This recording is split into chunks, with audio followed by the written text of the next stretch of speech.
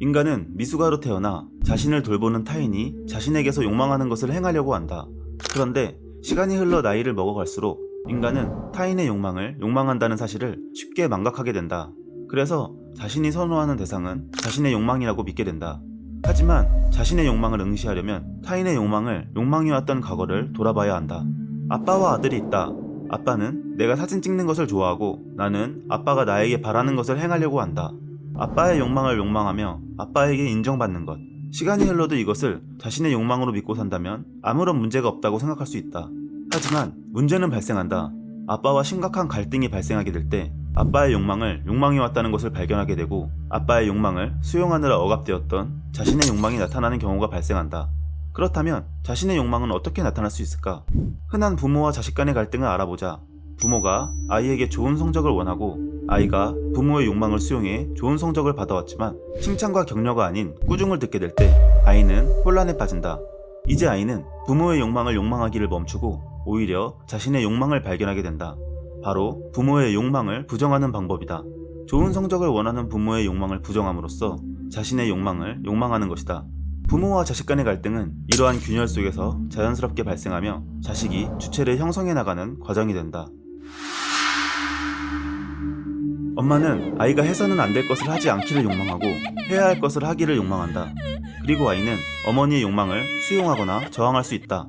아이가 어머니의 욕망을 수용한다면 별다른 갈등 없이 편안하게 지낼 수 있지만 어머니의 욕망에 저항한다면 어머니는 물리력을 행사하게 될 것이다. 이러한 수용과 저항의 과정에서 자연스럽게 어머니의 욕망은 아이의 내면에 자리 잡게 된다. 정신분석학의 창시자인 프로이트는 초자아로 불리는 사람의 심리가 나의 욕망을 철저하게 억압해서 오히려 억압된 상태가 갈등 없는 편안한 상태가 될 수 있도록 조절한다고 말한다. 초자아에 의해 억압된 욕망과 동일시되는 것 중 하나가 바로 법이다. 법에 의해 억압된 욕망을 스스로가 당연한 것이자 의무로 받아들이고 법이 하라는 대로 한다면 별다른 갈등 없이 편안하게 지낼 수 있게 된다. 하지만 욕망은 억압될 뿐 결코 제거되지 않는다고 말한다. 억압된 욕망이 억압을 뚫고 나타날 때가 있다. 1896년 초기 논문 방어신경증에 대한 또 다른 고찰에서 프로이트가 가장 많이 사용했던 억압된 것의 회귀라고 불리던 현상이다. 눌린 용수철이 어느 순간 압력을 견디지 못하고 튕겨나오는 것과 같다. 우리는 부모나 친구, 선생님의 기대에 부응하기 위해 타인에게 인정받거나 사랑받기 위해 자신의 욕망을 억압했던 순간이 무수히 많이 존재할 것이다. 그리고 이런 순간에 자신의 욕망을 철저히 억압해 별다른 갈등이 발생하지 않게 만드는 것이 초자아의 역할이다. 하지만 타인의 욕망을 욕망한다는 무의식적 욕망이 초자아의 지배가 느슨해진 틈을 타 타인의 욕망을 욕망하고 있는 나라는 의식을 하게 될 때 억압되었던 자신의 욕망이 용수철처럼 갑자기 튕겨나오는 순간이 있다. 그때 나는 갈림길에 서게 될 것이다. 자신의 욕망을 관철시키지 못한다면 나는 자신의 삶을 살지 못하고 타인이 원하는 대로 살 뿐인 겁쟁이가 될 테니 말이다. 한 가지 잊지 말아야 할 점은 억압된 나의 욕망이 드러난다는 것은 초자아의 지배가 느슨해졌다는 뜻이다. 그러니 사실 겁쟁이의 단계는 자신의 욕망을 되찾기 위한 작은 실마리인 것이다. 이것은 라캉이 프로이트를 이어 정신분석학의 과제로 설정한 것이다. 라캉은 말한다. 자신이 욕망하는 것이 진실로 자신이 소망하는 것인지 혹은 소망하지 않는 것인지를 알기 위해서 타인의 욕망을 넘어 주체는 다시 태어날 수 있어야만 한다.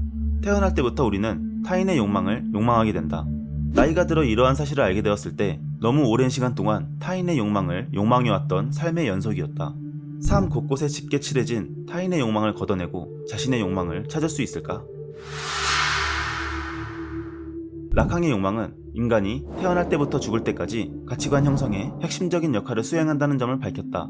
하지만 인간에겐 동물과 같은 본능적 욕망이 있으며 그러한 욕망을 금기시했던 금욕주의 사유와 욕망을 인간에게 어쩔 수 없는 것으로 생각했던 쇼펜하우어, 인간에겐 사회적 욕망 또한 있으며 금기와 위반에 관한 전제를 설정하고 욕망에 대한 논의를 진행한 바타유와 미숙아로 태어난 인간이기에 타인의 욕망을 욕망한다는 라캉.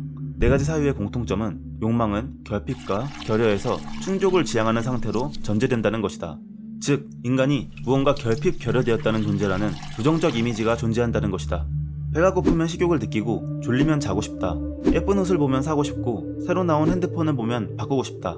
이것이 지금까지 욕망을 이해하는 전형적인 결핍과 결여의 사유이다.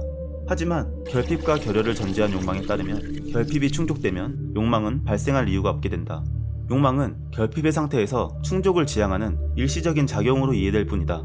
이러한 욕망이 설명할 수 있는 것은 인간의 생리적 욕구인 식욕, 수면욕, 배설욕만이 있을 것이다. 여기서 다음화에 나올 들레즈의 말을 들어보자.